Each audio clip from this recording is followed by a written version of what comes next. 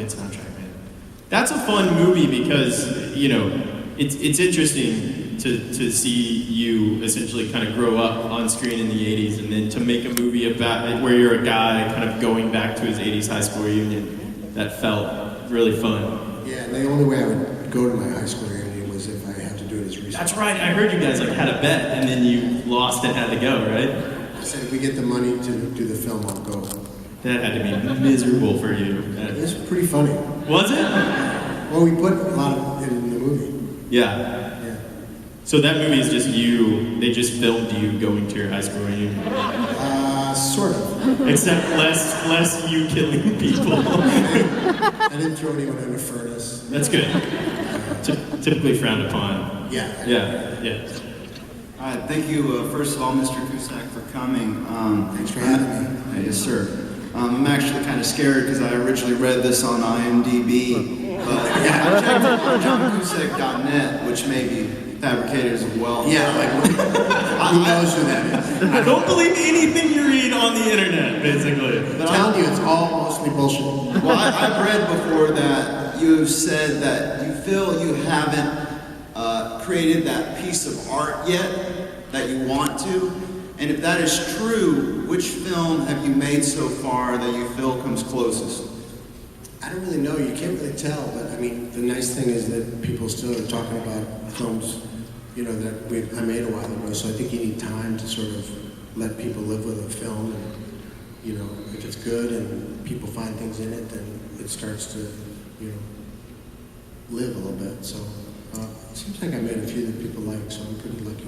And you still can't even tell when a film comes out. I mean, yeah, we are very much a society of instant gratification, but stuff still finds an audience and lives on. I mean, people are still, you know, that's the cool thing about film is you can make a film at any point and it can still find an audience. It doesn't matter, you know. And sometimes the films that are the most hyped, and, you know, 3 or 4 years later, everyone's like, what? What was that? And then the movies that came out that didn't quite get recognition right away become people's favorites. Yeah, there's a long list of movies that are just iconic films that were just completely, you know, obliterated. Sometimes savaged by critics. Absolutely, and yeah. Later on, people like them, so yeah. You have to really take the long view, I think. Yeah, for sure. You were in this independent film called Love and Mercy a couple years ago that I loved.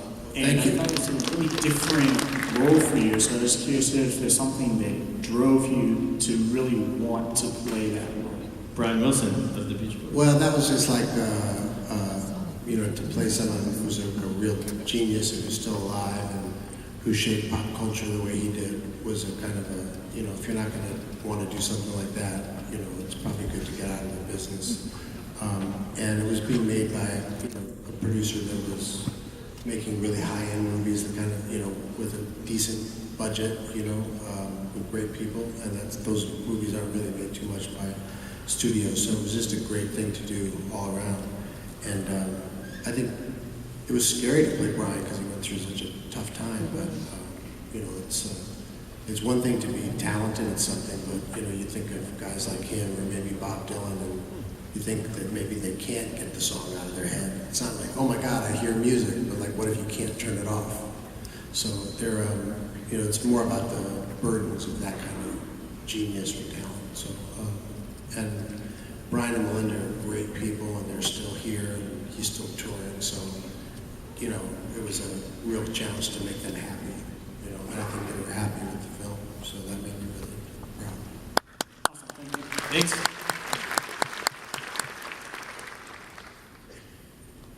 Hi, my name is Teresa, and first I want to say I am a fan of yours from this decade. Who else can drive a badass limo the way you did in 2012? But my question for you is, you were a childhood actor, transitioned into an adult actor. How did you handle that pressure in Hollywood? Well, a lot of times I wasn't there, because I would go back to Chicago, or I would do some plays there, and I had a theater company there, and I would do stuff. But I was never that impressed by just celebrity, so like I always wanted to try to do good films, and so I wasn't that interested in being famous, so I think that throws people for a loop and makes them do bad work sometimes, and then they remember what they got into it for. But I think I was just lucky. Lived in Chicago and just luck. And that's a lot about what the Cronenberg film you were in is kind of like the themes of that film about Hollywood and the kind of seedy underbelly. And Yeah, that's a vicious movie. yeah. Hi. Hi. If you could play any superhero or villain, who would you play and why? Okay, you're gonna get this question at a Comic-Con. So you should come up with a really good answer. If you could play any superhero or super villain, who would you play? Do you have any suggestions? Who would be, like, I don't know who's left. I really like The Flash or Arrow. That would be good. Wait, I don't know what the arrow does. Kind of just shoots arrows. I'm looking for something a little heavier than just shoot arrows. I want to get like some superpower. You're gonna end up. It's bound to happen. What about like are there any like psychic kind of wizardry? Well, Doctor Strange is taken. That's right. Although you would have made a pretty badass Doctor Strange. I don't know. We're literally Which one? Karate Kid. Karate Kid from the Legion. I don't know that one. Should write these down. I mean, it's bound to happen. I mean, the caliber of that's what's cool is comic book films have gone from essentially low art to high art, which is the art that they took, that comic books themselves took. You know what I mean? So you'll end up in one at some point, I'm sure. Yeah, I liked the Frank Miller ones. Those were pretty cool. Yeah. I like a lot of them. Could have played a really good Spirit. I think, why not? Yeah. Why not? All right, that was my wife. She had that question. She wanted me to also ask you. She could have asked you questions. It's not like Who Wants to Be a Millionaire where you only... What is the weirdest encounter you've ever had with a fan? This one. Well, I've had a lot. I've had a lot of them, but I think the strangest one was I was actually in LA and I was driving around with like the Fishbone guys, and I'd forgotten to pay like a parking ticket or a speeding ticket, not because I was wanting to be an outlaw, but just because I was like an idiot. Didn't do it, right? And so I think the cops saw me driving around in an expensive car and didn't recognize me because I had done that much stuff with a bunch of brothers, and they just said, pull them over. And so they said, they took me to prison, and they handcuffed me, took me to prison. Like, no way. Because they said, oh, you didn't pay speeding tickets, we're going to take you in. And so I was like, it was the middle of the day, and so they chained me to a bench. And then a guy next to me was like, I got a script, I want to tell you about it. I was like, this is literally celebrity hell. I got like a fascist cop who's like chaining me up, and then I got like a really, drunk weirdo who wanted to talk about a script, and I couldn't go anywhere. Well, now I was chained. you can... Go like that. This is so interesting. This is hell. And that's how you made 2012. You can't tell us that story and not tell us what his idea was. It's just one of those things like, I got a script and it's an idea, but like, how did you get into the business? I wanted to get into the business. There's literally nowhere in LA that you can escape where that wouldn't happen. Even when you're chained up in jail. He was chained and he was drunk, so it was not a good situation. Oh my gosh. Hi there. Hey, I was wondering, you talked to one of the other fans about doing plays. What are some of the plays that you've been in that you enjoyed the most, and are there any that you're currently interested in performing in right now? I read this one that I like called it's Arthur Miller one, but most of that was producing and directing plays in Chicago, so I just think a lot of times people, they want to act, but they might just want to be famous. So if they want to act, it's like playing basketball, right? You can talk about playing basketball all you want, but you got to go like dribble and shoot, you learn how to play defense, and you can't really do that by just auditioning or thinking you want to perform. So when you do a play, you're actually learning a craft. You're learning how to play the language, you're learning to do all those things. So I think a lot of people, if they want to be actors, it's like, well, they have to go act. Like, that's why a lot of good actors come from soap operas, because at least they get a chance to work with text. And it might be the same thing, and then, at the end of the day, the guy breaks up with a girl, and the music swells, but they're getting used to being in front of a camera and working with text. So like Julianne Moore started on, I think, All My Children or something, or General Hospital. So you just need a chance to work. So that's why I said do a play. Hi. All right, we got time for a couple more questions. You're a unicorn. You are a pink unicorn. This is kind of a silly question, but No. do you remember Better Off Dead? Yeah. Can I $2? Yeah, he was about your size. What's probably the line that gets shouted at you, like, hey, you're that guy? What's that line? That one, but I'm lucky is that I get shouted out from almost every decade now. So Yeah. if it was just one decade, it might be kind of weird, but I get them from a different decade. Can I ask you, do you remember the sell, bought, or processed monologue speech line? Yeah. Because I know it. I know it too. Yeah. You know by heart? I wrote that with Kim. You wrote it. So it's. Kim. Can I do it and you can. Can I do it? You want me to go get a drink and come back? What? What are they saying? They said they're here for me, man. They don't want you. So what you're saying is you want John to do it? No. They don't want you to like. They want you to like.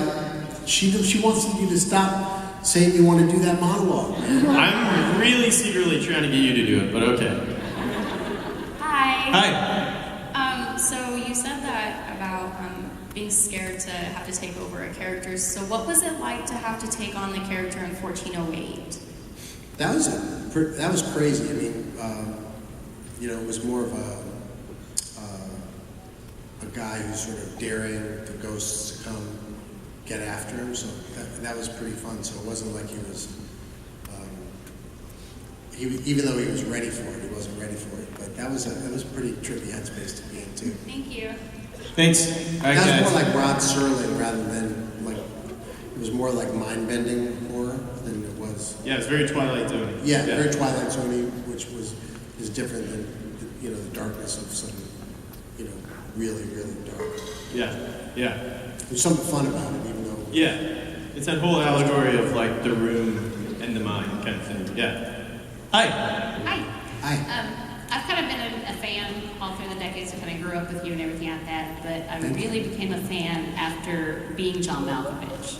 And I was wondering what it was like to work with John Malkovich. Did you learn anything from him?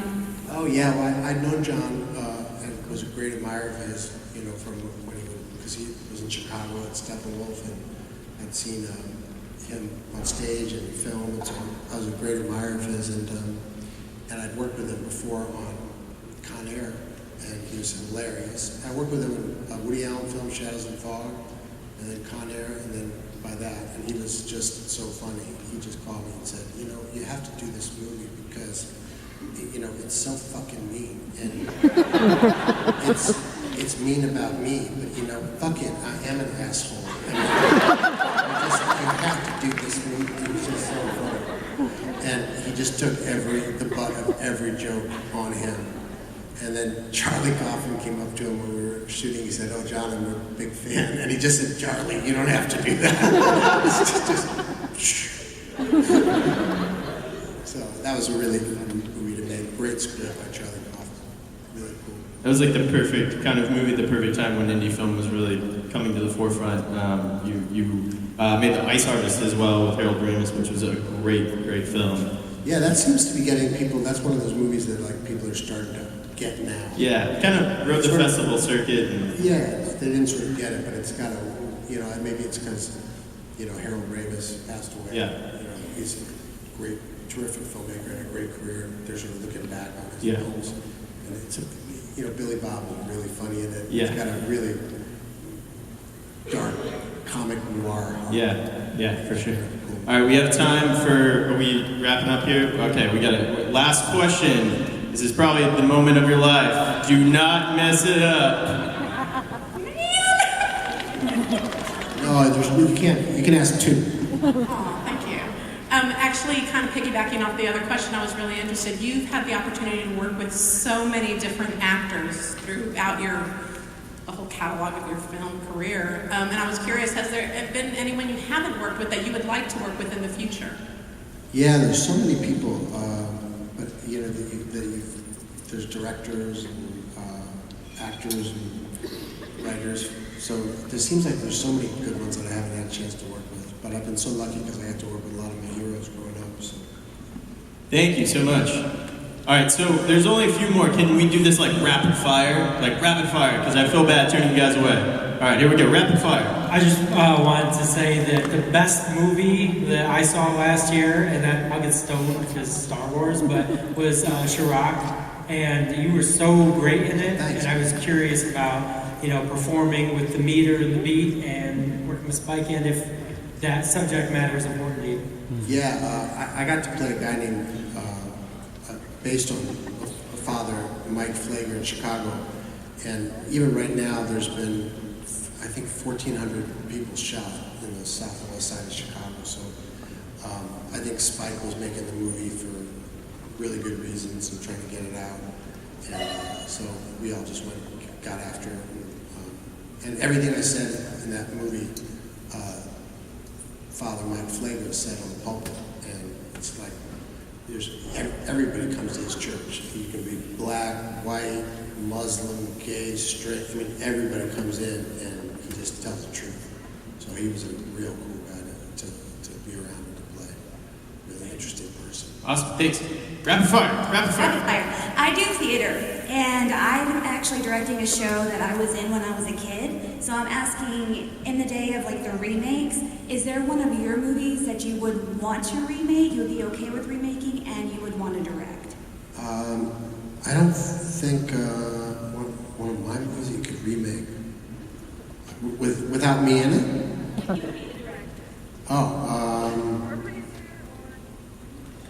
I don't really know. I seem to be. I sort of look forward more than back. Thanks. Number one criterion you look for in a screenplay to do a project? Well, first I'll look to see if my bank account needs money. Because the way it works is, and I'm sure you guys know this or can figure it out, is you sort of have to do something for money to pay the bills to develop the movies that takes a couple of years to make that you do for less money. So sometimes you're just gonna take something as good as it can get if it'll pay you some money, and then sometimes if you're lucky and you get if you can pick and choose, then you just look for great writing, But those are pretty easy to see, like if you can get your hands on it or somebody wants you, or if you've written something that's good, people usually recognize it. Thanks. Hi. Hi. Okay, you mentioned Texans being straightforward, so Uh-oh. who are you dating? Who am I dating? A girl doesn't kiss and tell. Oh, this is perfect. All right, last question. Oh my gosh, this is awesome. What was your hardest role that you ever played in the movie? Oh, that's a great question. Nice job. Well, when I had to go to the desert last summer, and I had to fight Jackie Chan and like about 10,000 Chinese soldiers, and it was really hot, and I didn't speak their language, and I was really tired. But then I got in shape on the movie because I was working on something for it. But that was physically pretty intense. Awesome. Huge round of applause for Mr. John Cusack. Thanks for coming out. Thank you guys so much.